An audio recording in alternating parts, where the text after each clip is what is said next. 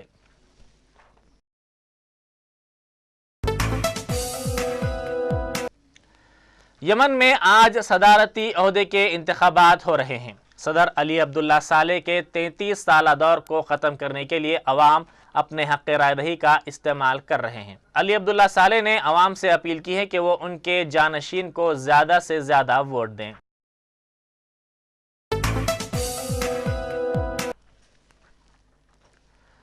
شام میں جاری تشدد کو روکنے کے لیے بین الاقوامی اداروں کی جانب سے کوششیں جاری ہیں۔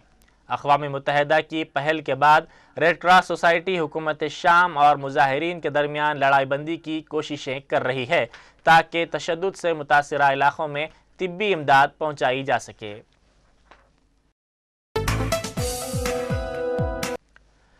اتر پردیش میں اسمبلی انتخابات کے 5ویں مرحلے کی پولنگ کے لیے انتخابی مہم آج شام ختم ہو جائے گی۔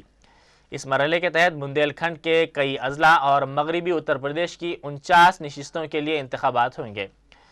اس مرحلے کی پولنگ میں 53 لاکھ سے زائد رائے دہندے جمعرات کو 840 امیدواروں کی قسمت کا فیصلہ کریں گے، جن میں بی جے پی کی قائد اما بھارتی، شیو پال سنگھ یادو بھی شامل ہیں۔ اتر پردیش کے مین پوری میں 23 فروری کو ووٹنگ ہوگی۔ یہاں تشہیری مہم جاری ہے۔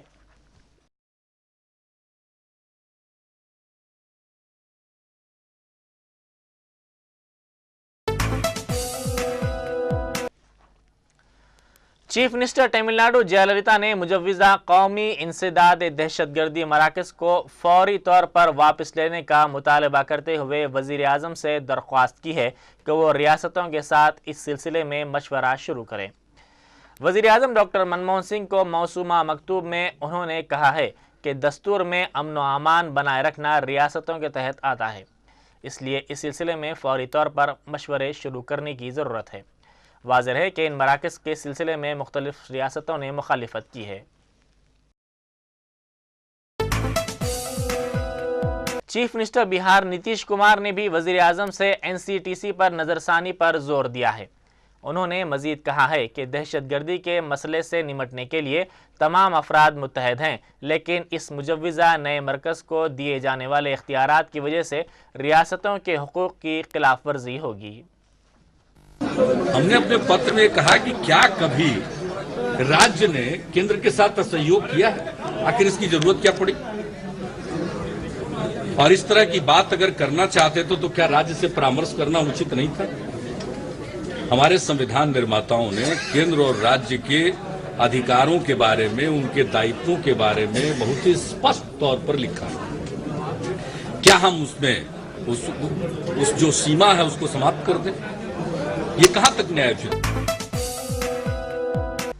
غیر قانونی کانکنی کیس میں خاتون IAS عہدیدار سری لکشمی کی درخواست ضمانت کی سماعت سپریم کورٹ نے 27 فروری تک ملتوی کر دی ہے۔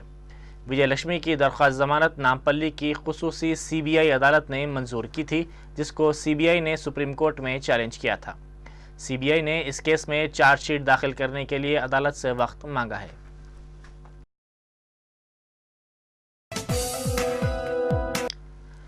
CBI کے عہدیداروں نے محکمہ اطلاعات کے سابق کمشنر پارتھا سارتھی سے آج تقریباً 2 گھنٹوں تک دلکشا گیسٹ ہاؤس میں پوچھ تاچھ کی۔ یہ پوچھ تاچھ جگن موہن ریڈی کی ملکیت والے ساکشی اخبار کو اشتہارات کی اجرائی کی تفصیلات کے سلسلے میں کی گئی۔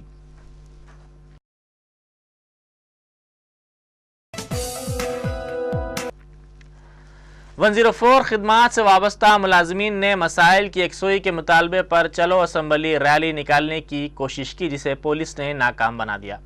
پولیس نے رویندر بھارتی کے قریب ان احتجاجیوں کو گرفتار کر کے سیف آباد اور نامپلی پولیس اسٹیشن منتقل کر دیا۔ پولیس کے لاٹھی چارج میں بعض احتجاجی کارکن زخمی ہو گئے۔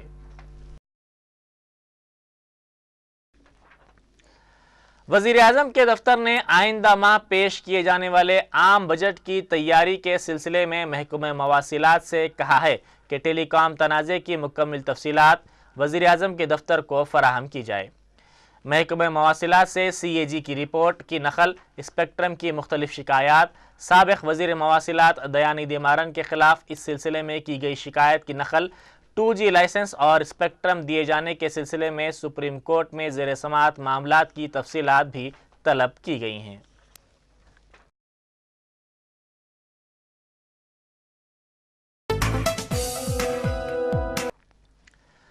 وزیر اعظم ڈاکٹر منموہن سنگھ نے زور دیتے ہوئے کہا ہے کہ آئندہ 5 سالہ منصوبے کے دوران زراعت کے شعبے کی نمو میں کم از کم 4% اضافے کی کوششیں کی جانی چاہیے۔ وزیر اعظم انڈین ایگریکلچرل ریسرچ انسٹی ٹیوٹ کے کنونشن کی گولڈن جوبلی تقریب سے خطاب کر رہے تھے۔ انہوں نے کہا کہ زراعت کے شعبے میں تحقیق اور ترقی کے کاموں پر زیادہ سرمایہ لگانے کی ضرورت ہے۔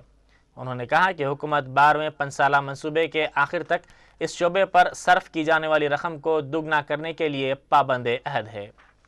Given the importance that agriculture has in achieving our national goals, we have to ensure that a significant proportion of increased R&D spending is directed to agriculture and related activity. وزیر دفاع AK اینٹونی نے کہا ہے کہ ملک کی مشرقی سرحد پرامن ہے اور ایسی کوششیں کی جا رہی ہیں کہ ان سرحدوں کو مزید مضبوط اور مستحکم بنایا جائے۔ انہوں نے کہا ہے کہ حکومت اس خطے کے تمام لوگوں کی ضروریات کی تکمیل کے اقدامات کر رہی ہے۔ انہوں نے کہا کہ مختلف پروجیکٹس کی تکمیل کے بعد اروناچل پردیش میں ملک میں سب سے زیادہ فی کس آمدنی ہوگی۔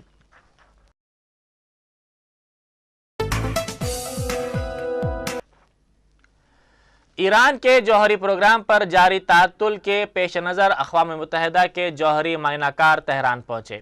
اپنے 2 روزہ قیام کے دوران IAEA کے معنی کار ایران کے جوہری سائنسدانوں سے بات چیت کریں گے۔ توقع کی جا رہی ہے کہ ایران زیر زمین جوہری ہتھیار بنانے کی کوشش کر رہا ہے۔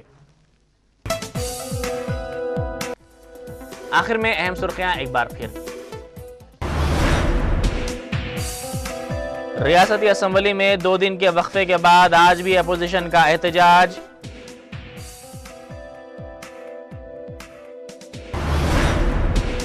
آزاد امیدوار کے طور پر ٹھہرنے پر مستعفی ارکان اسمبلی کو باتفاق آراء منتخب کیا جائے گا، دیاکر راؤ کا اعلان۔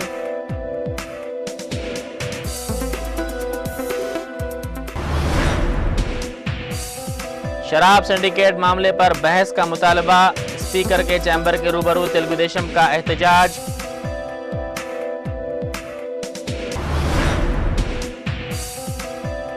راجمندری میں 6 لاکھ روپے کی نقلی کرنسی ضبط، 3 افراد گرفتار۔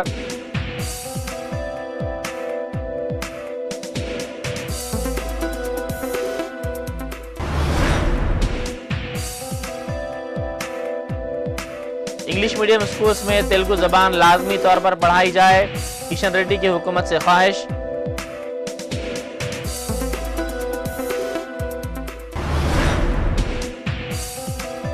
اور تلنگانہ کے مسائل پر بحث کی اجازت نہ دینے تلگو دیشم اور کانگریس کا ساز باز، ای راجندر کا الزام۔